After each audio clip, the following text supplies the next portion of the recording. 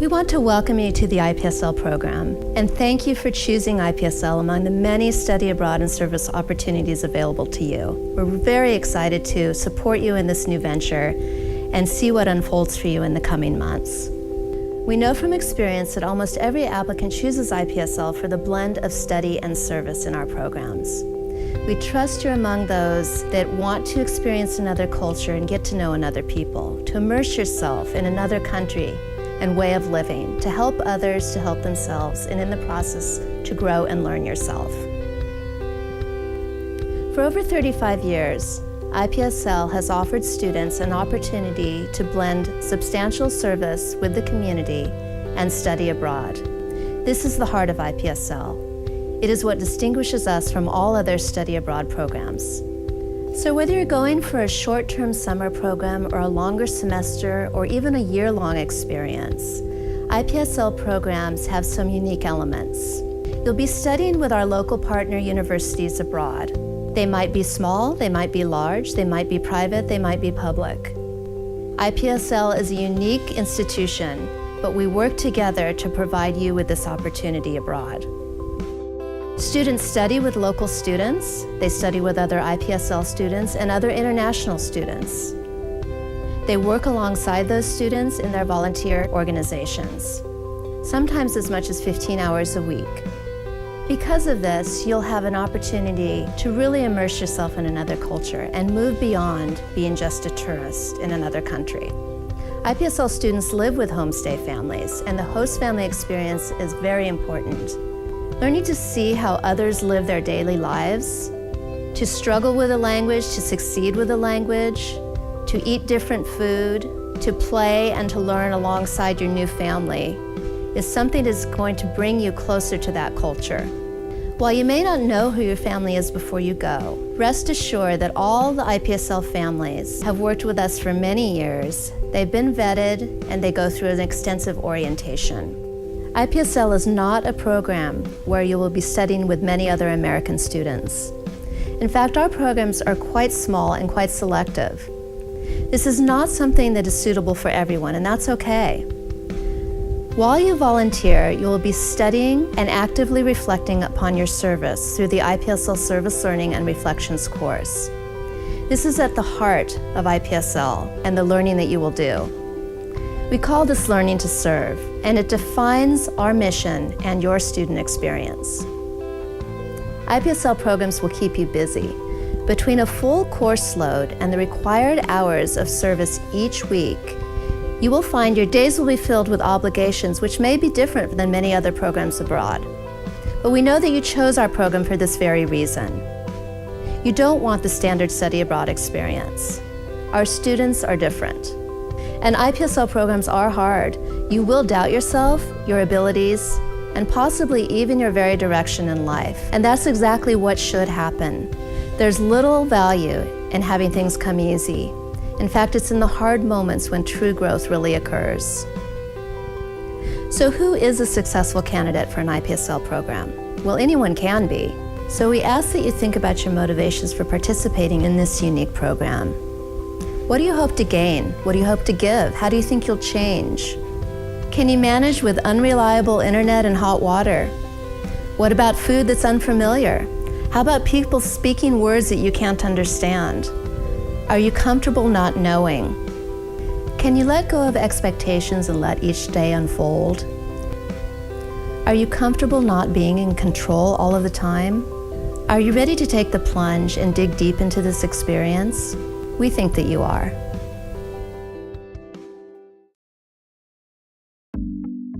So I studied in Cusco, Peru with IPSL and USIL, their partner school. I had a pretty rough arrival in Cusco. I missed my flight out of Lima to Cusco. It happens a lot. The weather can be pretty unpredictable in that area, and it can cause flights to be delayed, canceled, all that kind of stuff. So it was kind of stressful after a really long flight, but you know, you just gotta go to the ticket counter and you gotta work it out, and you gotta not stress about it, because you will eventually get there. You'll get in contact with the people that you need to get in contact with, and it ended up working out fine. I only was delayed by about 3 hours, and I still got there the same day. I did let my parents know, I let IPSL know, but it's important to remember that my parents couldn't do anything from the States. It was on me, and IPSL couldn't do anything. It was on me to get my flight and get there and get where I needed to go. So it's no use stressing about it. It was pretty difficult being in a completely different place than the US. Peru is not like the US at all. It's totally different, but it was also really exciting. I was on an adventure. I was on an experience that would allow me to grow as a person and as an individual. And I was more than anything just really excited about what was going to happen next, because you just never know. It's an adventure. That's what you're on. You get there, you have all these lofty expectations of how it's going to be, and it's not going to be anything like what you expect. And then you're really disappointed. And that's a surefire way to ruin your experience and really not get good stuff out of it. Despite not having any expectations, I did have some subconscious expectations, which are just gonna happen. And when I was being picked up at the airport in Cusco, and I had just gotten off the flight and dealt with trying to get another flight, and was exhausted and stressed and tired and in a totally different place where I didn't know the language, and I was driving through in the passenger seat of this car, driving to my host family's house. I remember thinking to myself, oh my gosh, what have I gotten myself into? This looks like a third world country or a developing nation. I've had experiences in developing nations, really good ones, but I had not wanted that again. But I told myself, I have to just put that aside. You know, it's probably not as developing nation-y as you expect, and that's just your first impression. You've been in the country all of 5 minutes. You can put that aside, and if eventually you come to that conclusion that this isn't working, then that's the conclusion you come to. But you need to give it time, and you need to really allow yourself to fully experience things and not just jump on the first feeling and experience that you have. That's not what it's really gonna be like. So I just kind of gave myself this pep talk as I was driving down, and it ended up being really great. So because I didn't know what to expect with my life in regards to the next few months, I really worked on just kind of being very flexible. And I kind of came to the conclusion that when you travel and when you're experiencing new things and when you're on an adventure, you really need to be comfortable with being uncomfortable. And that line has been playing out through the rest of my life since that experience and since I kind of came to that conclusion, because it allows you to have a much better appreciation of what's going on. It allows you to enjoy where you are in the moment. And it's not going to be comfortable. It's not going to be like the States. It's going to be totally and completely uncomfortable. And you're just going to have to be okay with that. And when you're okay with it, you actually get to see the really exciting things that make the experience great and help you grow. So I actually found the whole experience of not knowing how my life was going to be like freeing. It was very freeing. I didn't have any expectations. I was teaching myself how to be comfortable with being in these new situations, and I was becoming more flexible as a human being and happier because of it. Because when you don't have expectations, when you're not stressing and worrying about every little thing, you end up being able to enjoy so much more. That being said, it was a difficult experience at times, just like travel always is. And I have developed over the course, starting in Cusco and over the course of my subsequent travels, I've kind of developed a way to cope with those difficulties, which I actually think is very useful and could help a lot of people that are experiencing homesickness, that are experiencing frustration or difficulties, that this is not what they wanted. And really the best way I've found is to simply go out and walk in the neighborhoods and just wander around. Buy yourself a city map and go down little side streets. Don't go to the touristy areas, just wander. Take the route less traveled by the tourists and by a lot of people, and just kind of find your way. You'll find really amazing places, amazing restaurants, amazing cafes and shops, weird little bookstores or churches or altars, and it's exciting. It's a good way to get to know the community that you're living in. It's a good way to experience the country in a way that no other foreigners really get to experience. And it's a way to help you get out there and get moving and appreciate the little things and find the things that make you happy. So a lot of those places that I found on those walks were places that I went to again and again, especially if I was feeling really homesick, because they ended up being really comfortable places to be. I would kind of take myself out of the group, which is, a group of foreigners, especially if there's drama going on or something like that. And I would go to this little cafe and I would just sit and I'd order a coffee and I would read a book, or I'd stare out the window and look at all the regular people passing by. And it's a really good way to just feel connected to a larger community. I personally feel like homestays are an incredibly important part of the traveling, studying abroad experience. It is a way to integrate yourself into a culture that you otherwise would not be able to integrate yourself into as well. My homestay family in Cusco was incredible. My host mom became a second mom for me. They had 2 small children. It felt like I had a safety net there when otherwise I would have just been on my own. I was nervous meeting them. It's definitely a transition. It is nerve-wracking and scary. They don't know you, you don't know them. It's kind of a whirlwind experience. You meet them right off the bat. And it can be very nerve-wracking. They don't speak the same language as you, but I just had to keep reminding myself that they don't know anything about me either, and they're just as nervous and scared about what I'm gonna be like and how I'm gonna fit into their family as I am nervous and scared how I'm gonna fit into their family.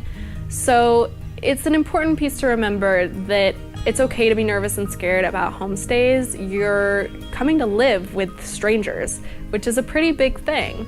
But ultimately, it can be this incredible experience where you end up getting a second family that you still keep in contact with years later and down the road. So I really enjoyed the food there. It was pretty delicious and amazing, but that's not always the case when you're traveling, and there were definitely dishes that I was not a huge fan of. I remember my host mom really loved to make papaya milk, and I hated papayas. I think they're so gross. But I just let her know that they weren't my favorite thing. I didn't tell her I hated them. I didn't, tell her to stop making them. I just told her, these aren't the greatest. She still made them anyways. I just didn't drink it. It was okay. It worked out fine. Then there were some dishes that I really, really loved. And I found that when I told my host parents that I really loved these dishes, that I just thought they were so amazing and delicious, that they ended up making them for me a lot more, and they'd make me a little extra so I could have some the next day. And they enjoyed making these dishes for me because they knew I really appreciated them. So I've found that instead of being negative and not really eating the food offered to you if you don't like it, or saying I really don't like this, it's better in the long run to say what you do like, what dishes are really delicious, what ones are your favorite, and telling them that will help them be able to accommodate you and your dietary needs, because they want to make sure that you're comfortable, and they want to make sure that you are enjoying your food and enjoying your time there. Obviously, they're not going to change their diet for me. Like I said, my host mom still made papaya milk. I just didn't drink it. But they do want to help you, and they want you to feel comfortable. So telling them what you like, they're going to want to make it for you. It's a pretty good way to connect with your host parents and start an open dialogue with them.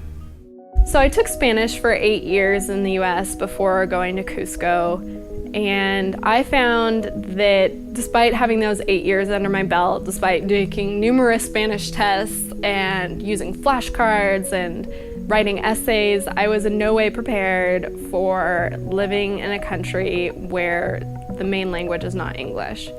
But that being said, it was one of those incredible experiences where now I feel so confident in Spanish and I consider it a second language.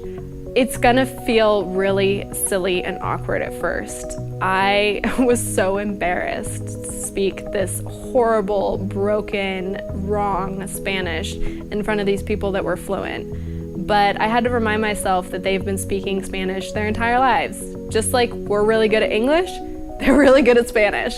And they're not so great at English, so they're kind of in the same boat. It's just with a different language. Oftentimes, parents in other countries really want their kids to learn English, so they're gonna make their kids practice with you, which is what happened with my host siblings. I helped them learn English, they helped me learn Spanish. And, they may poke fun at you and joke at you for saying something silly or wrong, but it's a sweet kind of poking fun. They're not maliciously making fun of you. They don't think you're stupid. They know it's hard. At first it can feel isolating, all the Spanish all the time, no English. You don't really understand everything that's going on. You can't express yourself the way you want to. And it can be very isolating. But, it really just takes that patience and that time to get to that point where you will understand what's going on. You will be able to express yourself, because that will happen. When you have to speak it every day, you're forced to speak it every day, you're forced to listen to it, it will happen. Another thing that really helped when you're speaking a foreign language or when you're in a foreign country where you're required to speak a foreign language is to smile a lot, laugh at yourself, and use hand signals. That probably saved my life in the first few weeks. Just trying to get by, pointing at things, asking them what the word for this was, and then committing it to memory. That's a really good way to make sure that they appreciate you for you attempting to speak their language, and it's a good way to really start learning things and learning the words for things. The last thing I want to mention in regards to education systems over there is that you have to remember you're not there to change their education system. It is set in stone, unfortunately, but also you have to understand that sure, they run things differently, but that doesn't mean that it's necessarily a bad thing. So just remember to get what you can out of the classes, do the best you can in the classes, but remember you're not there for just this one kind of education. You're there for this experiential education, which is education that gets you out in the community, gets you to see the relationships between, the culture and the people and the history, and an education that really you wouldn't be able to get back in the US. The classes are an important part, and it's important to do well in them, but they're not everything, and you shouldn't try to change them while you're there. It's actually really hard for me to remember some of the major cultural conflicts or things that happened while I was there, because it was mostly just very many little things on a daily basis. You're gonna remember those times where you connected with your host family, you connected with the culture, you connected with the country, you connected with the city. Those are the times you're gonna remember. So I feel like I had a pretty unique experience with the service placement. It's not something foreigners often get to do in another country, and it really allows you to connect to the community in a way that not many other people get to experience. I personally feel like my service placement changed my life. Oftentimes service can be very disappointing. You can expect to make these great, amazing changes in the community and the situation that you're in, and that doesn't happen, and it can be very disappointing.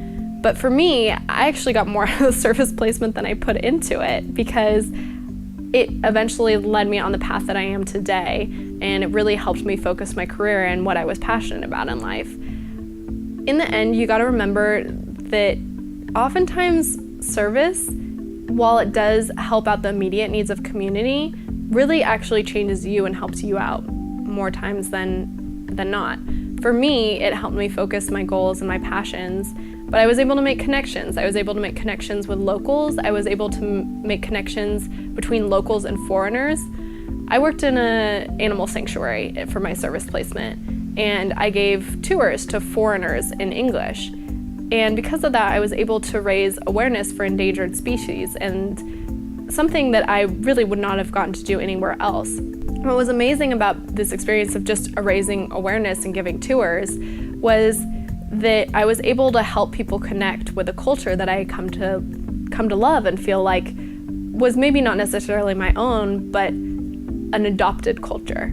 And I was able to raise awareness for the things that I was really passionate about in that culture through my service placement. Yes, we built rock walls and we cleaned animal cages and we fixed fences, which in the long run probably doesn't mean very much.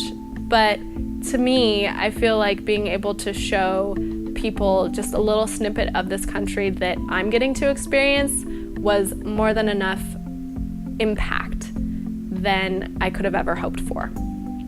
Another really important thing that I learned about service while I was there was that I didn't really get to do what I wanted to do. I was getting to do, I ultimately think, what I really needed, because it helped me grow as a human, it helped me focus and kind of figure out what I wanted to do. And it was really driven by what they needed. And ultimately, you're only there for a short time, so what they need is gonna be the deciding factor in whether or not you make an impact, or whether or not you help them, and whether or not you create a lasting bond and relationship between yourself and your organization. So, like any normal person, of course I was homesick while I was there. It doesn't matter how many times you travel or where you've traveled or how long you've been gone. Homesickness will find you wherever you are, and that's just inevitable. The important thing is learning how to deal with it and not get bogged down in it and not allow it to ruin your experience. I relied a lot on my host family. I developed a very close connection with them, and I found that they were really open and willing to help me and help me deal with my adjustment to the culture, help me deal with my time there and the issues that I may have had surrounding some of the culture shocks and the cultural differences. And they wanted to make me comfortable. So I was able to create a really good relationship with them, as well as have a really good support system because of investing time in that relationship. I also found that trying to limit the contact you have back home is a really important part of fully immersing yourself in the culture, fully feeling comfortable in the culture, and creating connections with new people. If you're just plugged in, logged in, constantly thinking about home, homesickness will overtake you. It will bog you down and it will prevent you from having a really amazing experience. I found that checking in with my parents once a week by email was a really good way to manage homesickness, as well as keep everyone informed of how I'm doing. And it allowed me to then disconnect and enter the culture that I was living in instead of trying to drag myself back to a culture that I was no longer in. Before you know it, you're gonna be home anyways. So it's really important to remember that where you are in this moment is really exciting and really amazing. And while it's great to think about home, you're eventually gonna be there anyways, so why don't you just wait and hold off on that?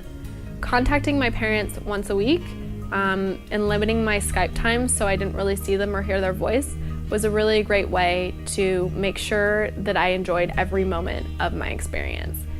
It often just makes you more homesick, and it makes your parents stressed in a way that's probably not really great for them. So I found that really focusing on learning to deal with the problems that I was encountering by myself, relying on the support of the people there, your friends, your host family, to solve these problems with you, was a great way to develop skills that I have been using since I left. I now know that when I'm in a sticky situation, I can rely on myself, which is a really amazing feeling. Just like anytime you get a group of really awesome, really passionate, exciting people together, you're gonna have conflicts. That, of course, did happen in my IPSL group, even despite the fact that we were all really good friends and we really enjoyed each other's company. You're going through a very stressful, intense experience, so issues are gonna arise. The best way that I found to deal with those issues was to take a break from the group. Maybe hang out with your host family instead for a little while, or just go off on your own and explore, give yourself some alone time and rejuvenation time. Another thing that I found was really helpful was to never speak for the group. Everyone's going through their own experience. While it may seem that everyone's feeling the same way or doing the same thing or dealing with all the new things that are happening in the same way, they're not. So it's really important just to speak to you for yourself and how you feel rather than speaking for the group as a whole.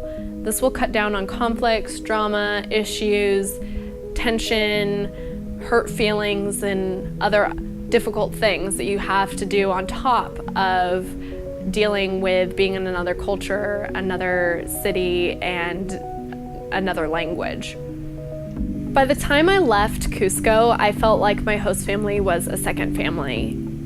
My host mom was a second mom. I'm still in contact with them today, and I love being able to watch from abroad, being able to see them, my host siblings get older and grow up and graduate college and all those exciting things. And I still feel a very strong connection to them. This is one of those amazing aspects of studying abroad and living abroad, is you get to create those connections, you get to maintain those relationships. They have seen you in your life at a very vulnerable point when you're in a new culture and you're in a new situation. And some really intense feelings can develop because of that.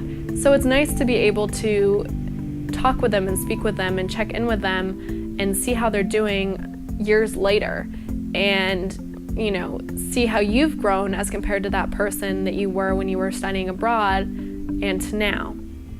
Something that I really didn't expect when I decided to study abroad was the fact that this experience didn't end when I left Cusco. It keeps unfolding, it keeps happening. The repercussions of what I've learned there, who I had become while I was there, the experiences I've had there in Cusco on the study abroad program are continuing to unfold in my life now 4 years later. I am on a completely different track with my professional degree. I have continued to travel, and I've continued to find that I'm constantly learning and growing because of it. The foundational skills that experience gave me to become flexible, to be comfortable with being uncomfortable, to learn how to create relationships across a language barrier, and really learn how to experience the city in a way that makes it feel more comfortable, have helped me immensely in my future travels and in my professional life, in my student life, and just personally as an individual. I think it's a little cliche to say this, but at the same time, being brave is a huge component of being successful in a program such as IPSL. Like I said, it's very difficult. It's very trying and challenging. And so you need to be able to trust yourself and believe in your abilities to get through difficult situations and stressful situations. It's really important to be flexible. Flexible in your actions, flexible in your responses to situations, flexible in your expectations, and flexible in your own emotions. Allowing that flexibility to come into your life will make you very successful on a program such as IPSL. I really found that the less I expected and the braver I was when it came to saying yes to new situations that I had no idea what I was getting myself into was a really surefire way to have a lot of fun and really and fully enjoy my experience to the best of my abilities during my time there. You do always go home eventually, and it's important to remember that this is a really short period of time. And as such, really anyone can do anything for 4 months. The last thing I want to mention is remember that this is your experience, not your parents, not your schools, not your other friends. This is your experience. And as such, you need to take every moment of this opportunity and really love it to the most that you can, to the best of your abilities. It's going to be tough, but you have to remember that this is a really privileged experience that you're on. And to enjoy it to the best that you can is gonna be life-changing. So my last piece of advice is to stop worrying about all the things that can go wrong and start dreaming about all the amazing things that can go right.